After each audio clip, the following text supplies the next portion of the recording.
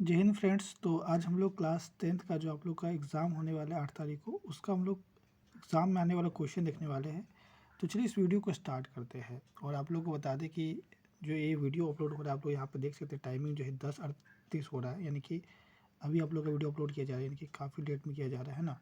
तो प्लीज़ आप लोग वीडियो को सपोर्ट जरूर कीजिएगा, क्योंकि काफ़ी मेहनत लगता है वीडियो बनाने में। तो चलिए देखिए, पहला क्वेश्चन यहाँ पे कहा जा रहा है कि अंतिम पंक्ति में बैठा किसी विद्यार्थी को श्यामपट्ट पढ़ने में कठिनाई होती है, तो यह विद्यार्थी किस दृष्टि दोष से पीड़ित है और इसे किस प्रकार जो है संशोधित किया जा सकता है। ठीक है, तो मतलब यहाँ पे देखा है तो अंतिम पंक्ति में बैठा हुआ है, यानी कि लास्ट बेंच में बैठा हुआ है, तो उसको श्यामपट्ट यानी कि जो बोर्ड है वो दिख नहीं रहा है। ठीक है, तो वो क्या कौन से दोष से उसको कौन सा दोष है आप लोग बताएं। तो यहाँ पे देखते हैं कि ये जो विद्यार्थी है उसको निकट दृष्टि दोष है। कौन सा दोष है? अगर किसी को दूर का नहीं दिखा तो उसको क्या दोष है? निकट दृष्टि दोष है। ठीक है, ऐसे कैसे संशोधित किया जा सकता है? तो अवतल लेंस द्वारा। ठीक है, कौन सा लेंस? अवतल लेंस। देखिए यहाँ पे निकट है ना, तो निकट में 3 अक्षर है, तो आप अवतल याद करिएगा, है ना। और दूर होता है ना, अगर दूर पूछेगा तो दूर में देखिए 2 अक्षर है, तो उत्तल हो जाएगा। क्या हो जाएगा? उत्तल हो जाएगा। ठीक है, तो ये ट्रिक है, इसको याद रख लीजिएगा। तो यहाँ पे जो है कौन सा लेंस चाहिए? तो अवतल लेंस चाहिए इसको ठीक करने के लिए। नेक्स्ट क्वेश्चन यहाँ पे कि तारे क्यों टिमटिमाते हैं? मोस्ट इंपोर्टेंट क्वेश्चन है, समझिएगा यहाँ पे कि वायुमंडल में जो है बहुत सारे जो है धूलकण होते हैं, जिसके कारण मतलब धूलकण मतलब जो भी पार्टिकल होते हैं छोटे छोटे, है ना।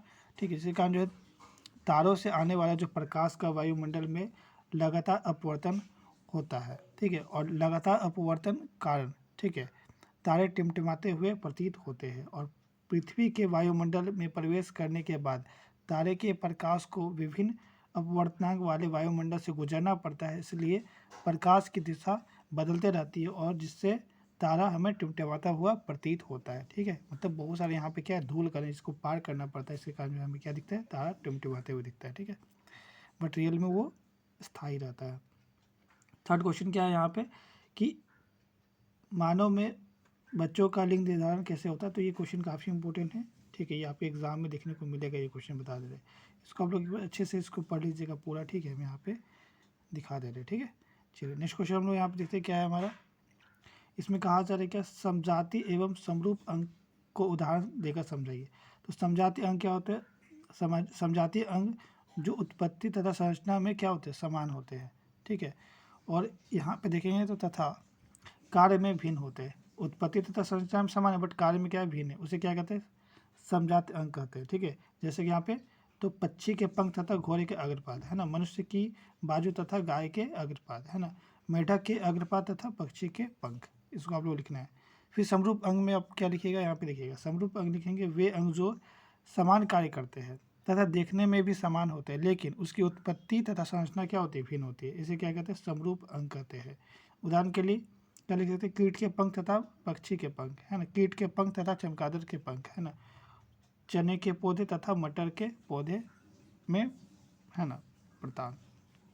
इसके बाद नेक्स्ट आप लोग यहाँ पे देखिए क्या है हमारा कि मंडल के प्रयोग से कैसे पता चला कि विभिन्न लक्षण, ठीक है, विकल्प लक्षण जो है स्वतंत्र रूप से वंशानुगत होते हैं। ये काफ़ी इंपॉर्टेंट क्वेश्चन है, आपके एग्जाम में देखने को मिलेगा। क्वेश्चन बता दें, ठीक है।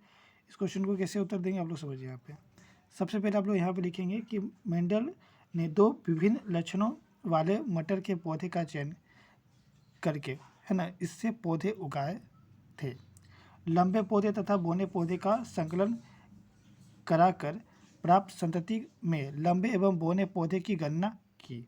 तो प्रथम संतति उन्होंने देखा F1 में कि कोई पौधा, ठीक है, बीज की ऊंचाई का नहीं था, बीज की ऊंचाई का नहीं था।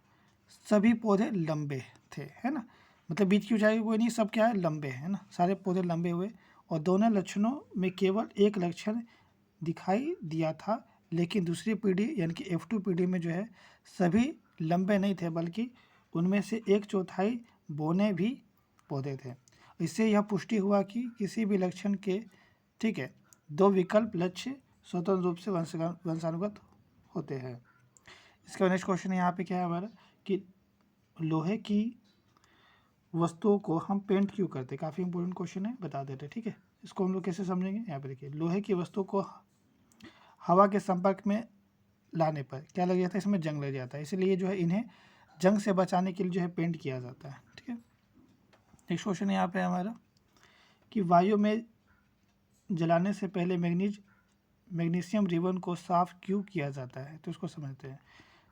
तो यहाँ पे लिखेंगे हम लोग कि मैग्नीशियम रिबन के ऊपर मैग्नीशियम ऑक्साइड की एक परत चढ़ी होती है, ठीक है। मैग्नीशियम रिबन में किसकी परत चढ़ी होती है, मैग्नीशियम ऑक्साइड की परत चढ़ी होती है, तो उसे जलने नहीं देती है, ठीक है। जो उसे क्या करती है, जलने नहीं देती है, और इसलिए वायु में जलाने से पहले मैग्नीशियम रिबन को साफ किया जाता है ताकि वह आसानी से जल सके, ठीक है। नेक्स्ट क्वेश्चन हमारे यहाँ पे क्या है कि पादप में प्रकाश अनुवर्तन किस प्रकार होता है, तो समझते हैं।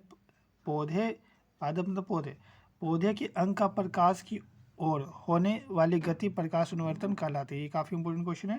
तो आप क्या बताएंगे कि पौधे के अंग का प्रकाश की ओर होने वाली गति को ही क्या कहते हैं, प्रकाश अनुवर्तन कहते हैं।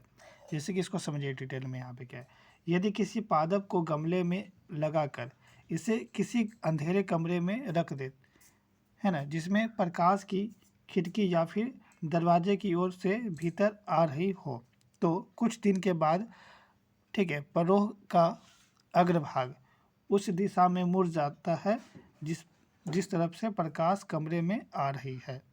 ऐसा विपरीत दिशा की तरफ हार्मोन उपस्थित रहने के कारण होता है ना। इस प्रकार, ठीक है, परोह प्रकाश की दिशा में मुड़ जाता है, ठीक है। नेक्स्ट क्वेश्चन हम लोग का क्या है यहाँ पे कि हम एक अगरबत्ती की गंध का पता कैसे लगाते हैं, काफ़ी इंपॉर्टेंट क्वेश्चन है। तो इसको समझते हैं। अगरबत्ती से जो है गंध वायु में जैसे ही विषित हो जाती है, मतलब जो अगरबत्ती होता है ना, इसका जो गंध होता है वो किस में, वायु में क्या होती है, विषित हो जाती है, यानी कि मिल जाती है, ठीक है। जो हमारे नाक के, ठीक है, घ्राण यानी कि ग्राही के द्वारा जो है यह सूचना एकत्रित कर ली जाती है, और घ्राण ग्राही जो है इसे संवेदी तंत्रिकाओं के माध्यम से जो है अग्र मस्तिष्क तक पहुंचा देती है, जहां पर जो है ठीक है, संवेदना का विशेषण है होता है, तथा उसे अनुभव किया जाता है कि इस प्रकार हम सुगंध का अनुभव कर सकते हैं। मतलब ये पूरा प्रोसेस हो गया, आप इसको समझ लीजिएगा, ठीक है। नेक्स्ट क्वेश्चन हम लोग का यहाँ पे क्या है कि सोडियम को केरोसिन तेल में क्यों डुबो कर रखा जाता है, काफ़ी इंपॉर्टेंट क्वेश्चन है, ठीक है। तो इसको समझते हैं। सोडियम बहुत ही क्या होता है, अधिक क्रियाशील होता है, जो वायु के संपर्क में आने से इसमें तुरंत क्या पकड़ लेता है, आग पकड़ लेता है, इसलिए इन्हें केरोसिन तेल में डुबा कर रखा जाता है, ठीक है। नेक्स्ट क्वेश्चन हम लोग का है यहाँ पे कि अपरूप किसे कहते हैं, काफ़ी इंपॉर्टेंट क्वेश्चन है। और कार्बन के ठीक है, प्रमुख अपरूप के नाम लिखिए। तो लिखेंगे कि एक ही तत्व के दो या दो से अधिक रूप के गुणों में से, देखिए यहाँ पे समझिएगा, इसको फिर से समझा देते, ठीक है।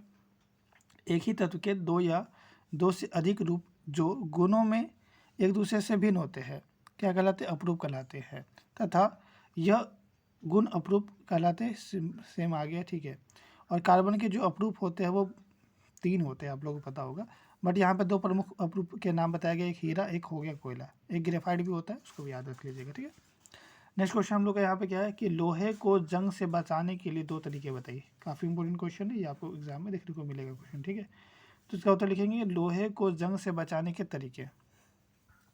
पहला क्या है, ठीक है, पेंट करके, ठीक है, आप पढ़ लीजिएगा। दूसरा है तेल या ग्रीस लगाकर। तीसरा क्या है यहाँ पे, जिंक की परत चढ़ाकर, ठीक है। ये तीनों को आपको अच्छे से डिफाइन कर देना है, ठीक है। नेक्स्ट क्वेश्चन हम लोग का यहाँ पे क्या है कि सोडियम तथा पोटेशियम को मिट्टी के तेल में रखा जाता है। अच्छा, अभी तो हम आपको बता रहे थे, है ना, ठीक है। सोडियम तथा पोटेशियम बहुत ही मतलब क्या होता है यहाँ पे, अभिक्रियाशील होता है, मतलब अधिक क्रियाशील होता है। ये वायु के संपर्क में आने से तुरंत ही जो है इसमें आग पकड़ लेती है, इसलिए इसे केरोसिन तेल में डुबो कर रखा जाता है, ठीक है।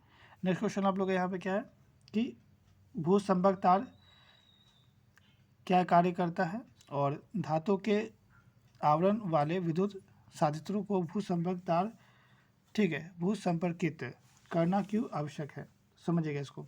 भूसंपर्क तार घर के निकट जमीन के अंदर बहुत नीचे स्थान में होता है, ठीक है, और यह धातु के प्लेट से जुड़ा होता है, ठीक है, और यह सुरक्षा का एक साधन होता है जो हमें विद्युत के झटके से बचाता है, ठीक है। जब कभी हमारे घर में लघु पतन होता है, यानी कि शॉर्ट सर्किट होता है, तो अतिरिक्त विद्युत धारा भूसंपर्क तार के माध्यम से जो है जमीन के अंदर चला जाता है, और इस प्रकार जो है धारा हमारे शरीर से न गुजरकर भूसंपर्क तार से गुजरता है और इस प्रकार जो है हम ठीक है गंभीर झटके से बच जाते हैं और ठीक है धातु के आवरण वाले ठीक है विद्युत साधित्र को भूसंपर्क करना आवश्यक होता है। इसे साधित तथा उसका प्रयोग करके वायु ठीक है करने वाले की सुरक्षा हो जाती है। ठीक है, चलिए नेक्स्ट क्वेश्चन यहाँ पे क्या है हमारा कि ये क्वेश्चन काफ़ी इंपॉर्टेंट है, ये आपको एग्जाम में देखने को मिलेगा। ठीक है,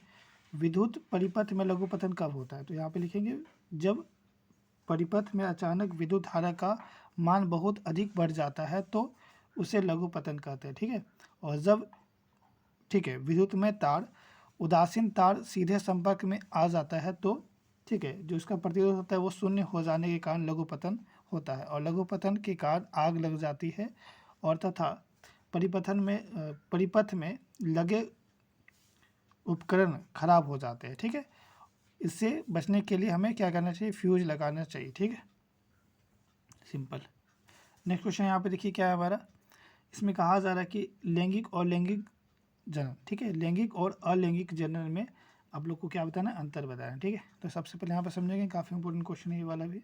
ठीक है, स्टार बना लीजिए। हाँ, तो लैंगिक जनन समझते, इस क्रिया में नर और मादा दोनों की आवश्यकता पड़ती है और इस प्रकार का जनन उच्च श्रेणी के जीवों में होता है और लैंगिक जनन ठीक है निषेचन क्रिया के बाद जीव ठीक है बनना आरंभ होता है और इस जनन द्वारा उत्पन्न संतति नए गुण ठीक है विकसित हो सकते हैं। ठीक है, इसके बाद नेक्स्ट क्वेश्चन आप लोग का मतलब यहाँ पे अलैंगिक समझिए क्या होता है इसमें।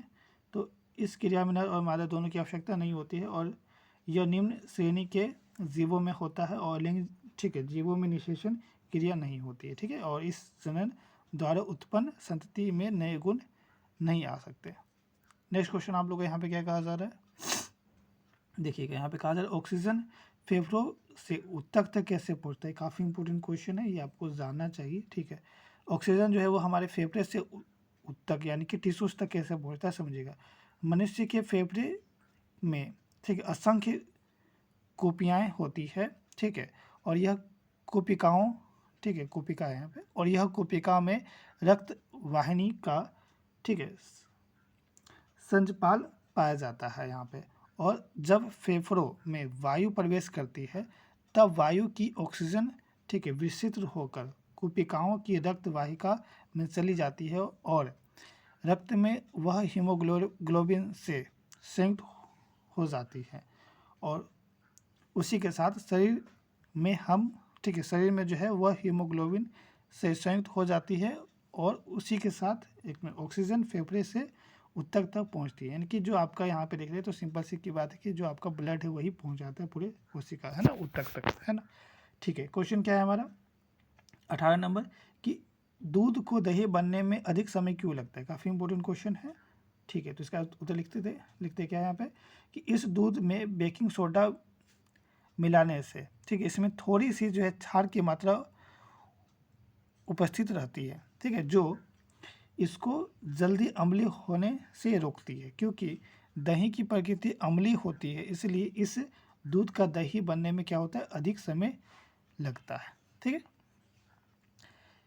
अब नेक्स्ट क्वेश्चन आप लोग यहाँ पे देखिए क्या है कि पीतल एवं तांबे के बर्तन में दही एवं खट्टे पदार्थ क्यों नहीं रखना चाहिए? तो इसका समझते उत्तर क्या होगा। यहाँ पे लिखेंगे कि दही और दूध खट्टा पदार्थ ठीक है खट्टे पदार्थ में अम्ल होते हैं, जो भी खट्टे पदार्थ होते हैं सब में अम्ल पाया जाता है। इसलिए जब ये अम्ल धातु के साथ क्रिया करते हैं तो विषैले यौगिक का निर्माण करते हैं जो हमारे शरीर के लिए हानिकारक होते हैं। इसलिए पीतल एवं तांबे के बर्तन में दही तथा ठीक है खट्टे पदार्थ को नहीं रखना चाहिए। नेक्स्ट क्वेश्चन काफ़ी इंपॉर्टेंट क्वेश्चन है कि प्लास्टर ऑफ पेरिस को आर्द्ररोधी बर्तन में क्यों रखा जाना चाहिए, इसकी व्याख्या कीजिए। तो यहाँ पे लिखेंगे कि प्लास्टर ऑफ पेरिस को ठीक है आर्द्रता की उपस्थिति में जल से अभिक्रिया करके एक ठोस पदार्थ जिप्सम का निर्माण करती है, इसलिए प्लास्टर ऑफ पेरिस को आर्द्ररोधी बर्तन में रखना चाहिए। ये क्वेश्चन आपके एग्जाम में आने वाले हैं, ये वाला क्वेश्चन स्टार बना लीजिए। कहा जा रहा है यहाँ पे कि चार प्रतिरोध यहाँ पे दिए हुए 40, 80, 120, 62 को कैसे जोड़ा जा सकता है कि कुल प्रतिरोध जो है अधिकतम प्राप्त हो। देखिए अधिकतम प्रतिरोध प्राप्त करने के लिए हमें क्या करना पड़ता है, उसे श्रेणी क्रम में जोड़ना पड़ता है। ठीक है, अधिकतम प्राप्त करने के लिए कैसा, श्रेणी क्रम में, और न्यूनतम प्राप्त करने के लिए उसे पार्श्व क्रम में यानी कि समांतर क्रम में जोड़ना पड़ता है। अब नेक्स्ट आप लोग यहाँ पे देखिए क्या है कि ठीक है, सी नंबर की अधिकतम तथा न्यूनतम प्रतिरोध की गणना करिए। गणना भी कर देंगे। तो सबसे पहले अधिकतम के लिए हमें अभी पता चला कि हमें क्या करना पड़ता है, उसे श्रेणी क्रम में जोड़ना पड़ता है। तो अधिकतम के लिए जो हम लोग श्रेणी क्रम में जोड़ेंगे, सारा प्रतिरोध यहाँ पे लिख लेते हैं। क्या है हमारे 40 या 80 120 और 62 है। ठीक है, तो यहाँ पे हमने यहाँ पे लिख लिया। ठीक है, 40 80 120 यहाँ पे 62 ओम यहाँ लिख लीजिए। ठीक है, ये 62 ओम हो जाएगा। तो अब यहाँ पे फॉर्मूला लगा लीजिए, R=R1 + R2 + R3 + R4 और सबको जोड़ दीजिए, 4 8 12 और 62। ठीक है, तो जोड़ देंगे तो कितना हो जाएगा, 4 80 होगा ना, 80 120 और 62। ठीक है, सब गलत है यहाँ पे, देखिए यहाँ पे ऐसे होगा, 40 प्लस में 80 प्लस में 120 प्लस में क्या होगा, 62 होगा। जोड़ेंगे तो कितना हो जाएगा, 300 आपका ओम आ जाएगा। ठीक है, ये आपका आंसर हो गया। सही है, 300 या 302 आएगा, जो भी आएगा। 62 है कि 60 है ये वाला, देखिए क्वेश्चन में क्या है, 62 है। ठीक है, तो 300 आपका 20 या 22 जो भी आएगा देख लीजिएगा। ठीक है, इसके बाद नेक्स्ट क्वेश्चन आप लोग का यहाँ पे क्या है कि आपको क्या न्यूनतम प्रतिरोध की गणना करना है। तो आप यहाँ पे लगाइएगा 1/R वाला। ठीक है, फॉर्मूला यहाँ पे 1/R1 + 1/R2 + 1/R3 है ना, + 1/R4 है ना। ठीक है, आप लगा लीजिएगा फॉर्मूला यहाँ पे, और आपको यहाँ पे सारा पुट कर देना है। एलसीएम ले लीजिएगा, यहाँ पे 24 आएगा। ठीक है, आप इसको सॉल्व कर लीजिएगा, सबको जोड़ दीजिएगा तो 15 बटा में ये 240 आएगा एलसीएम है ना, 15 बटा 240 काटेंगे। ठीक है, ये 1/R है ना हमारा, देखिए यहाँ पे ऐसा कुछ आ रहा होगा, 1/R = में 15 बटा में 240 आ रहा होगा। क्रॉस मल्टीपल करा देंगे तो 15R, ठीक है, = में 240 हो जाएगा। तो R बराबर हो जाएगा 240 बटा में 15 है ना, 240 बटा में 15 आएगा, काटिएगा। ठीक है, तो आपका यहाँ पे कुछ ऐसा आ जाएगा है ना, क्या आ जाएगा यहाँ पे, आप काट करके देख लीजिएगा। ठीक है, 8/5 आ रहा है शायद मेरे ख्याल से।